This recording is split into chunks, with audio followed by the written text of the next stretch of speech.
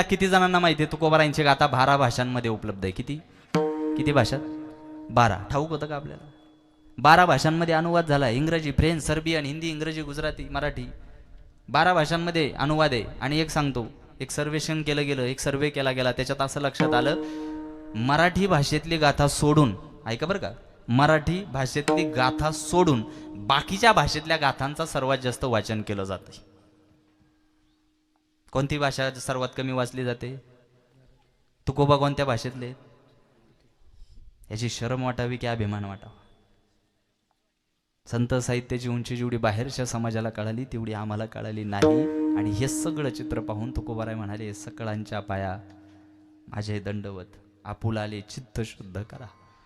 मग पुन्हा काही वारकरी जे तुकोबांकडे गेले होते, तुकोबांना म्हणाले, तुकोबा तुम्ही म्हणताय आता तरी पुढे हाची उपदेश नका करू नाशा आयुष्याचा. ठीक आहे, तुम्ही कंटाळून हात जोडले, सकळांच्या पाया माझे दंडवत, आपुलाले चित्त शुद्ध करा. ठीक आहे, पण तुकोबा आमचं हित कशात आहे? ते हित हित ते करावे देवाचे चिंतन, हित ते करावे देवाचे चिंतन, हित ते करावे देवाचे चिंतन, हित ते करावे देवाचे चिंतन, हित ते करावे देवाचे चिंतन, हित ते करावे देवाचे चिंतन, हित ते करावे देवाचे चिंतन, हित ते करावे देवाचे चिंतन, हित ते करावे देवाचे चिंतन, हित ते करावे देवाचे चिंतन, हित ते करावे देवाचे चिंतन, हित ते करावे देवाचे चिंतन, हित ते करावे देवाचे चिंतन, हित ते करावे देवाचे चिंतन,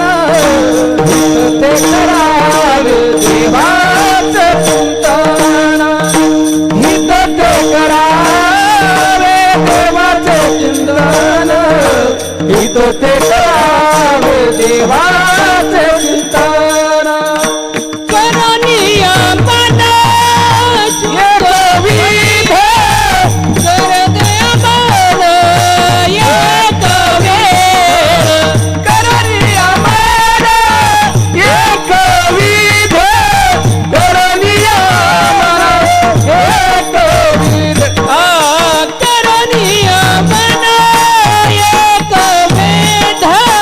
करुणिया मना एकविध, करुणिया मना एकविध, करुणिया मना एकवेध, करुणिया मना सकळांच्या पाया माझे दंडवत, सकळांच्या पाया माझे दंडवत, सकळांच्या पाया माझे दंडवत, सकळांच्या पाया माझे दंडवत, सकळांच्या पाया माझे दंडवत, सकळांच्या पाया माझे दंडवत, सकळांच्या पाया माझे दंडवत, सकळांच्या पाया माझे दंडवत, हित ते करावे देवाचे चिंतन, करुणिया मन एकविध,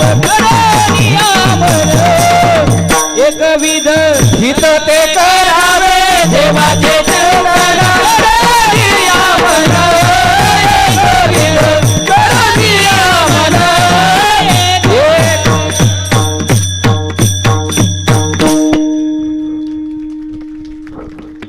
आमचं हित कशात आहे? तुम्ही म्हणताय आता तरी पुढे, कीर्तन सुरू झाल्यापासून ऐकतोय आता तरी पुढे, हाची उपदेश, सगळं खरं आहे महाराज, पण आमचं हित कशात आहे? हित ते करावे देवाचे चिंतन. बरं चिंतन करा, पण कसं करा? करुणिया मन एकविध. आपल्यालाही चिंतन करता येतं, पण आपल्या चिंतनात आणि संतांच्या चिंतनात फार फरक आहे. आता आजही आपल्याला कीर्तन परंपरेपणे भजन करायचंय, त्यांच्या भजनातला आणि आपल्या भजनातला तुम्हाला फरक सांगतो. सगळ्यांनी ताट बसायचे आणि दोन्ही हात वर करायचे. दोन्ही, मला वाटलं नाही ऐकायचे तुम्ही. वा वा वा वा, क्या बात. दोन्ही हात वर करायचे. असं भजन झालं पाहिजे. साक्षात पांडुरंग परमात्मा सुद्धा भजनात येऊन नाचला पाहिजे. असं भजन पाहिजे. दोन्ही हात आपापलेच करा. तर ती मावशी दुसऱ्या बाईचा हात ओढीत आहे. दोन्ही हात वर करायचे, ताट हात वर करायचे. हात वर. माग काही डिस्काउंट आहे का? हा, वा वा वा वा. तुम्ही घ्या ना हात यांचे. तुम्ही काय हात वर केले? एकाचा जरी मला हात खाली दिसला त्याच्या घरी मुक्का म्हणजे आज माझा. हात वर, हात वर, हात वर. एक टाळीत आणि एक मुखानं भजन झालं पाहिजे.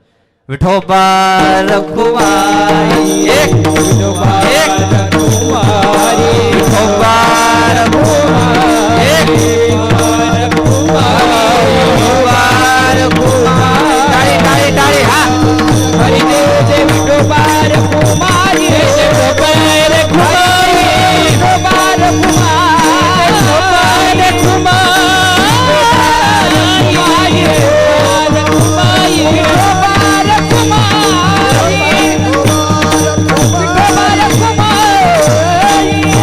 विठोबा रखुमाई,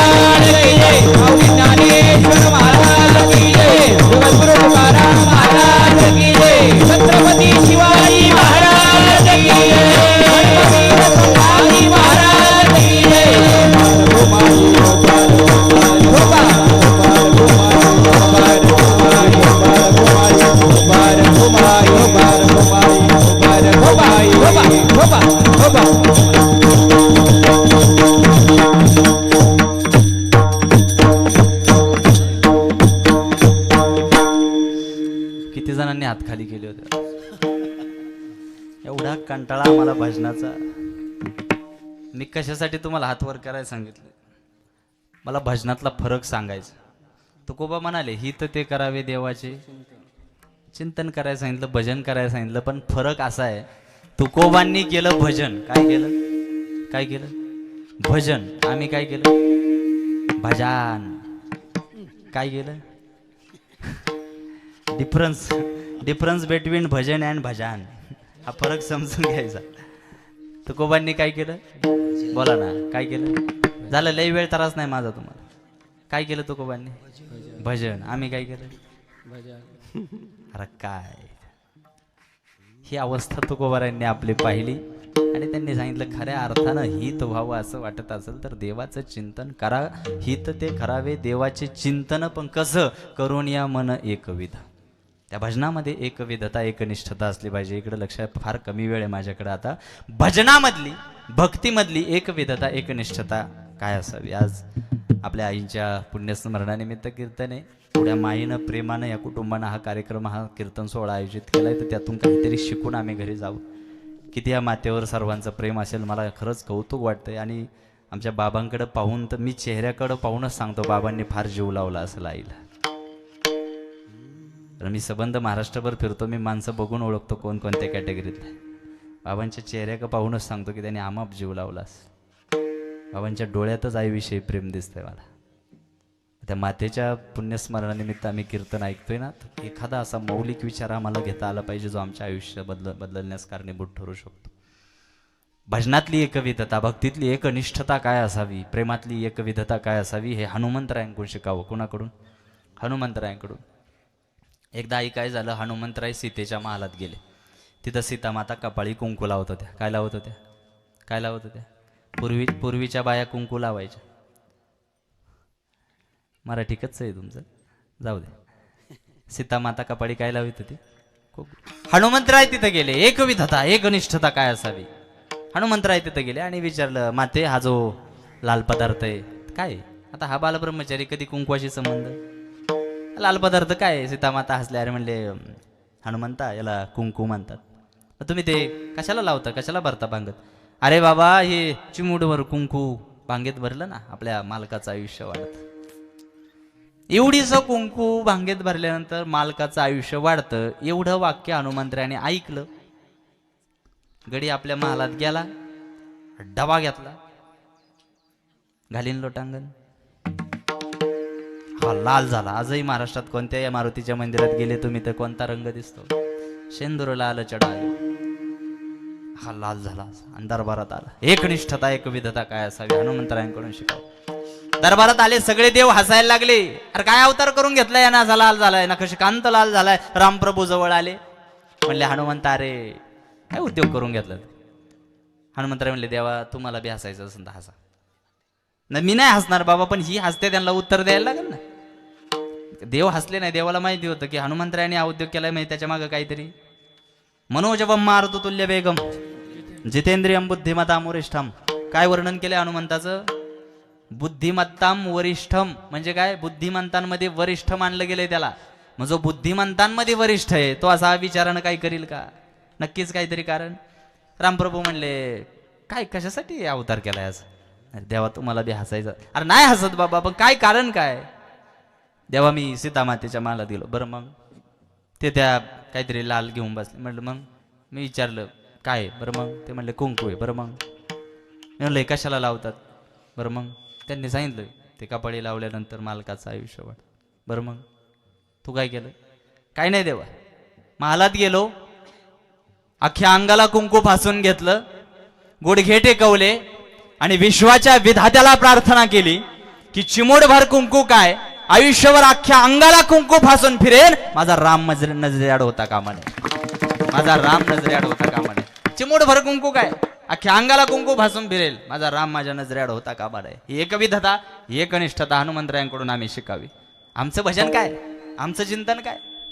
आमची टाळी भजनात अशी वाजती चुकून मच्छर आला तर त्याचं पोस्टमॉर्टम व्हायचं. हे असं भजन आमचं. ही एक विधता हनुमंतरायांकडून आम्ही शिकावी. जेव्हा आम्ही एखाद्या व्यक्तीला जीव लावतो, प्रेम करतो, शेवटचा विधी होईपर्यंत ते प्रेम आम्ही टिकवलं पाहिजे. कोरोनाच्या काळात आम्ही लोकांचं एकमेकांवर असलेलं प्रेम बघितलं. क्षणभंगूर प्रेम आहे, सगळं क्षणभंगूर आहे. दोन्ही बाजू कोरोनाच्या काळात पाहायला मिळाल्या. मला सामाजिक विषयावर काही भाष्य करावंसं वाटतं. दोन्ही बाजू पाहायला मिळाल्या. पहिली बाजू, गर्भश्रीमंत असलेल्या लोकांचे सुद्धा मृतदेह बेवारस म्हणून जाळले गेले, पहिली बाजू. आणि दुसरी बाजू, खिशात कवडी नसताना सुद्धा कित्येक जणांनी कोरोना होऊ नये आपल्या सख्ख्या माणसाचा हात सोडला नाही. हेच तुकोबारायांचे संस्कार आहेत. मी कितीतरी लोक अशी पाहिली आहेत की भावाला कोरोना झालाय, बापाला कोरोना झालाय, आईला कोरोना झालाय, दवाखान्यातून हल्ले नाही, होऊ दे झाला मला कोरोना, होऊ दे, हात सोडला नाही आणि त्यांनाही झाला नाही कोरोना. हे ज्ञानोबा तुकोबारायांचे संस्कार आहेत आमच्यावर.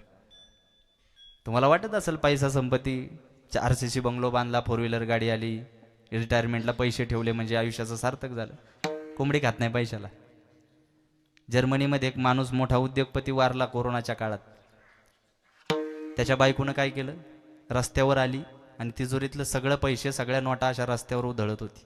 खरी गोष्ट ही, खरी घटना आहे. मग पोलिसांनी तिला विचारलं काय येड लागले का, पैसे कशाला उधळी ती रस्त्यावर? तिने सांगितलं की माझा नवरा जेव्हा शेवटचे श्वास मोजत होता, एवढ्या उद्योग क्षेत्रात त्याने मोठं नाव केलं, बिझनेसमॅन म्हणून वावरला, पण जेव्हा शेवटचे श्वास मोजत होता त्याने मला सांगितलं की किमान तिजोरीत असलेला पैसा तरी वर हवेत उधळून टाक आणि लोकांना हे कळू दे की पैसा आपल्याला कधी कळायचं.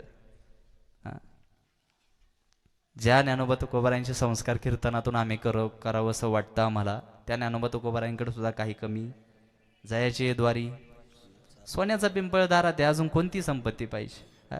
बऱ्याच जणांना वाटतं की तुकोबाराय भोळसट होते, तुकोबारायांचे हाल झाले, तुकोबाराय साधू होते. अरे साधू जरी होते, जगाला जरी तत्ववेत्ते म्हणून ते समोर आले, तरी त्यांच्याकडे संपत्ती कमी नव्हती, कमी नव्हती. तुकोबारायांनी आपली गहाण खतं बुडवायला काढली ना, गहाण खतं इंद्रायणीत त्यांच्याकडं गहाण खतं जी होती लोकांची ती बुडवायला काढली ना, 14 पोती भरली होती बाबा. किती? आमच्या कार्टेच्या वरच्या खिशात 2000ची गुलाबी नोट आली की ते असं छाती काढून चालत, मुस्काड आणा होते. काय आपल्याकडे? आणि दुसरा पुरावा, तुकोबारायांचं जेव्हा दुसरं लग्न ठरलं ना, दुसरं, तेव्हा पुणे प्रांतातले, महाराष्ट्रातले सर्वात श्रीमंत सावकार म्हणून ओळखले जाणारे गुळवे सावकार, त्यांनी आपली एकुलती एक पोर तुकोबांना दिली. याच्यावरून ओळखायचं तुकोबाराय किती श्रीमंत होते. काय तुमच्या माझ्याकडं. पण तरी सुद्धा स्वतःला बसायला पोतं शिल्लक ठेवलं नाही, कारण त्यांनी सांगितलं होतं क्षणभंगूर. अरे आज पांढरे शुभ्र कपडे घालून आमच्या शेजारी बसलेला माणूस उद्या आम्हाला पाहायला मिळेल की नाही याची शाश्वती.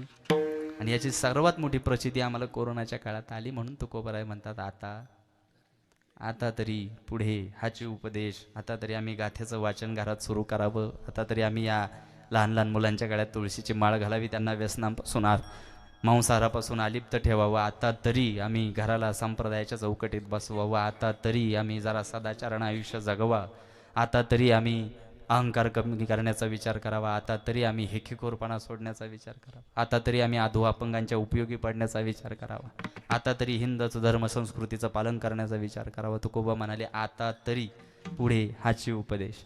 आणखी बऱ्याच सामाजिक विषयावर मला भाष्य करायचे, पण बऱ्याचदा काय होतं महाराज, आपण जेवढ्या आवडीनं सांगत राहतो ऐकणारे तेवढ्या आवडीनं ऐकतायत की हे पागावं लागतं. बऱ्याच जणांच्या नजरासारख्या गाड्याला काही मला माहिती. पण आता काय होतं, तत्त्वज्ञान सुद्धा तितकंच पाजावं जेवढं झेपण. एखादी आई जसं बारीक बाळ औषध घेत नसलं की मग त्याला गोंजारून नादवून त्याला औषध पाहिजे, तसं आता माझं काम चाललंय तुम्हाला गोंजारून ते करावंच लागतं. तर परवा मी डॉक्टरांकडे गेलो होतो, जरा थकवा आल्यामुळे इंजेक्शन घ्यायला. मग ते डॉक्टर इंजेक्शन देताना मला म्हणायला लागले, काय चैतन्य महाराज आज कुठे, उद्या कुठे, परवा कुठे. त्यांना काय करायचं, मी कुठं उलाटलो तरी फक्त इंजेक्शन देताना कळलं नाही पाहिजे, नाद व्हायचं फक्त. हे तत्वज्ञान पाजताना थोडंसं गोंजारून घ्यायला लागतं. सगळीकडे श्रोतावर्ग हुशार भेटत नाही बाबा, आणि ज्याला श्रोतावर्ग असा जाणकार भेटला ना तो नशीबवानच. माऊली ज्ञानोबा ज्ञानेश्वरीत म्हणतात, वक्ता तो वक्तानो हे श्रोते निविन, श्रोत्यांशिवाय वक्त्याला अर्थ नाही. श्रोते जाणकार पाहिजे. सगळीकडे जाणकार श्रोतेवर्ग मिळत नाही. आता एवढं सुई पडली तरी आवाज येईल इतकी शांतता तुम्ही ठेवली, खऱ्या अर्थानं मला तुमचं कौतुक वाटतं गड्या. एवढा जाणकार श्रोतावर्ग सगळीकडे भेटत नाही. एका ठिकाणी कीर्तनाला गेलो, तिथली लोक म्हणली, महाराज आम्ही सांगन तो विषय घ्यायचा कीर्तनाला. म्हणलं कोणता? म्हणले विनोदाचं तत्वज्ञान. विनोदाचं तत्व. म्हणलं असला कसला विषय? बरं म्हणलं असा अवघड विषय दिलाय म्हणजे लोक काहीतरी हुशार असतील, कीर्तनाची आवड असेल. कशाचं काय? विनोदाचं तत्वज्ञान मांडायला लागलो, 10 मिनिटं लाईट गेली मंदिरात. किती मिनिटं? 100 90 पडून गेली. मग ती 10 पोरं उरली होती बाबासमोर, 10. मग मी त्यांचं कौतुक केलं, म्हणलं अख्खं गाव पळून गेलं, तुम्ही नाही उठले, तुमच्यासाठी कीर्तन करणार मी. असा श्रोतावर्ग पाहिजे, अशी आवड पाहिजे. अख्खं गाव उठून गेलं, तुम्ही नाही उठले. त्यातलं एक पोरग उठलं, म्हणलं महाराज आम्ही जाणार तरी कुठं, आम्ही झोपायच मंदिरात असतो. आता काय डोकं फोडायचं काय? सगळीकडे जाणकार श्रोतावर्ग. मी मगाशी सांगितलंय संवादाचं व्यासपीठ आहे. इथं वक्ता जितका सुज्ञ असेल तितका सुज्ञ श्रोतावर्ग असला पाहिजे. आणि आज माझं भाग्य पडायला आलं. संबंध महाराष्ट्रावर फिरत असताना मला नुसती गर्दी अपेक्षित नसते. माझ्या समोर असणारी गर्दी, त्यात काही माणसं दर्दी सुद्धा असावी, ज्यांना माझ्याने मुखातून निघालेला शब्द कळावा. खऱ्या अर्थानं आज जाणकार श्रोतावर्ग मला मिळाला. म्हणून मायबापांनो, शेवटी एक गोष्ट सांगतो, बारकाई नाही का, आम्हाला नाही पारमार्थ जमला, नाही भक्ती मार्गाला वेळ देता आला, हरकत नाही. अभंगाची उजळणी आपल्याला आवश्यक आहे. आता तरी पुढे हाची उपदेश, नका करू नाश. ठीक आहे तुकोबा, ऐकलं आम्ही तुमचं. सकळांच्या पाया माझे दंडवत, आपुलाले चित्त शुद्ध करा. आम्ही ऐकलं तुमचं. हित ते करावे देवाचे चिंतन, करून या मन एकविध. आम्ही ऐकलं. पण तुकोबा, अहो आम्हाला कामधंदा आहे, व्यापार आहे, प्रपंच आहे. तुकोबा म्हणाले व्यापार करा, पण ज्याच्यात लाभ होईल असाच व्यापार. तुका म्हणे लाभ होय तो व्यापार, म्हणे लाभ होय तो व्यापार, म्हणे लाभ होय तो व्यापार. तुका म्हणे लाभ होय तो व्यापार, तुका म्हणे लाभ होय तो व्यापार, तुका म्हणे लाभ होय तो व्यापार, तुका म्हणे लाभ होय तो व्यापार, तुका म्हणे लाभ होय तो व्यापार. करा काय फार शिकवावे, करा काय फार शिकवावे. सकळाच्या पाया माझे दंडवत,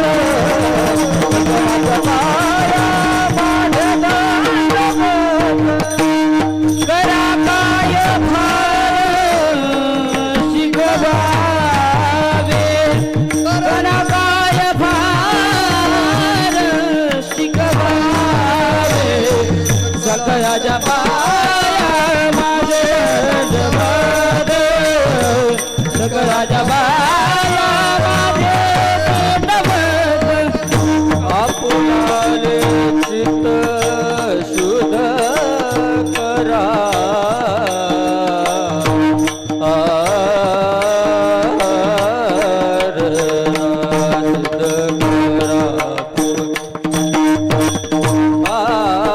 आपुलिया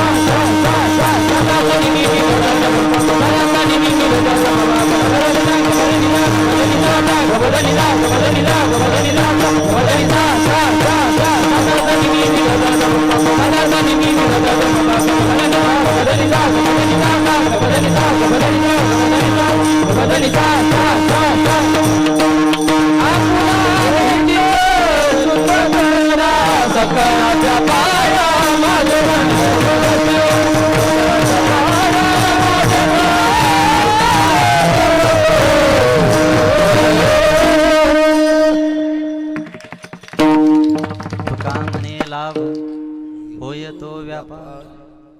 व्यापार करा, कामधंदा बघताय करा, व्यापार करा, पण असा व्यापार करा तुकोबाराय म्हणतात. तुका म्हणे लाभ होय तो व्यापार करा, काय फार शिकवावे. व्यापार करताय ना, करा पण ज्याच्यात खऱ्या अर्थानं लाभ होईल असा व्यापार करा. आणि एकदा तुम्ही खऱ्या अर्थानं हिताचा व्यापार केला, त्याची सरली यर झार झाला सफळ व्यापार. तुकोबाराय म्हणाले असा व्यापार करा ज्याच्यात हित असेल. आपली वेळ संपत आली. शेवटचं चरण अभंगाचा सगळा सारांश सांगून जातं. हुशार कामगार महिनाभर जरी कामाला गेला नाही तरी पगाराच्या दिवशी जातो. तसं पूर्ण कीर्तनात जरी आपलं लक्ष नसलं तरी शेवटच्या चरणावर आपलं लक्ष असलं पाहिजे. कारण अभंगाचा सगळा सारांश कुठं असतो. तुका म्हणे लाभ होय तो व्यापार करा, काय भार शिकवावे. लाभ होईल असा व्यापार करा. तुकोबाराय म्हणाले आमच्या मस्तकात व्यापार इतका घुसलाय की आम्हाला कीर्तनही लक्ष देऊन ऐकूशी वाटत नाही. आम्ही बसतोय कीर्तनात पण लक्ष सगळं मोबाईलमध्ये. आम्ही बसतोय कीर्तनात पण लक्ष सगळं घराकडं. व्यापार आमच्या मस्तकात एवढा घर करून बसलाय. तुकोबाराय म्हणले करा ना व्यापार. तुका म्हणे लाभ होय तो व्यापार. प्रपंच आणि व्यापार आमच्या मस्तकात एवढा घर करून बसलाय असं नो. पण एक लक्षात घ्या, येणाऱ्या 20 वर्षात तुमच्या खात्यावर किती संपत्ती आहे हे कोणी पाहणार नाही. तुमच्या पोटची संतती कशी आहे हे पाहणारे संतती जपण्याचा प्रयत्न. कळकळीची विनंती, माझं प्रबोधन तरुण पिढीसाठी मी तो उभा आहे. आणि म्हणून सांगतो, ही जी लहान लहान मुलं तुमच्या डोळ्यासमोर लहानाची मोठी होत आहेत, त्यांच्या गळ्यात तुळशीची माळ घाला. वारकरी संप्रदायाचे विचार त्यांच्या जीवनात देण्याचा प्रयत्न करा. एकाने जरी ठरवलं की माझ्या घरामध्ये मी वारकरी संप्रदायाच्या आणि अनुभव तुकोबारायांच्या विचारांनी आयुष्य जगण्याचा पायंडा पाळील, खऱ्या अर्थानं आजच्या कार्यक्रमाचं सार्थक झालं. पुनश्च एकदा आज ज्या मातेचं पुण्यस्मरण आपण या ठिकाणी पूर्ण करतोय, कैलासवासी अरुणा खिलारी, आज बाबांनी मला इतक्या मायेनं आणि प्रेमानं निमंत्रण दिलं.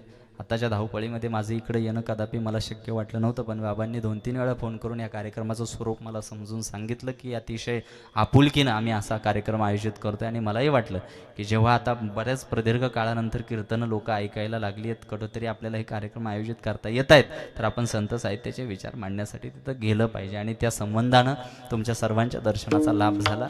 खेड तालुक्यातील भामचंद्र डोंगराच्या पायथ्याशी वसलेलं भांबोली माझं गाव, चाकण या मैडिशेतला माझा जन्म आहे. तुम्हाला परिचय असावा म्हणून सांगितलं. परत तिसरी लाट आली, परत मी तुमच्या पुढे येतोय का नाही काय माहिती. पण एक सांगतो, तिसऱ्या लाटेत आपण जाऊ किंवा अजून 50 वर्षाने जाऊ, कोणाचा तळतळाट घेऊन जायचं नाही, एवढं लक्षात ठेवा. कोणाचा तळतळाट घेऊन जायचं.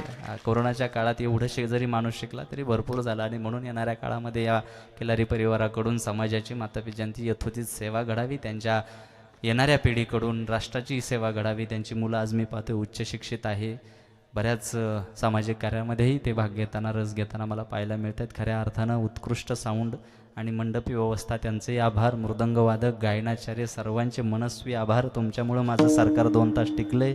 तुमची पुन्हा कधी भेटण्याचा योग आला तर मी माझं भाग्य समजेन. आणि या सर्वांच्या उपस्थितीमध्ये जो श्रोतावर्ग मला लाभला आहे तो अतिशय जाणकार आणि सुज्ञ आहे, आणि त्यांचंही मी आभार मानतो. या सर्वांच्या एकत्रितपणानं, एकोप्यानं कार्यक्रमाला लाभलेलं सौंदर्य हे नक्कीच कौतुक करण्यासारखं आहे.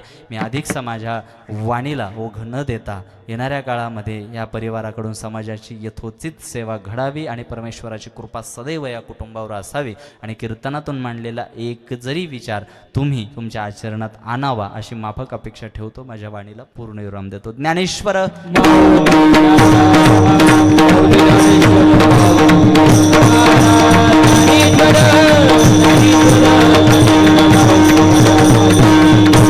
विठ्ठल जय जय विठ्ठल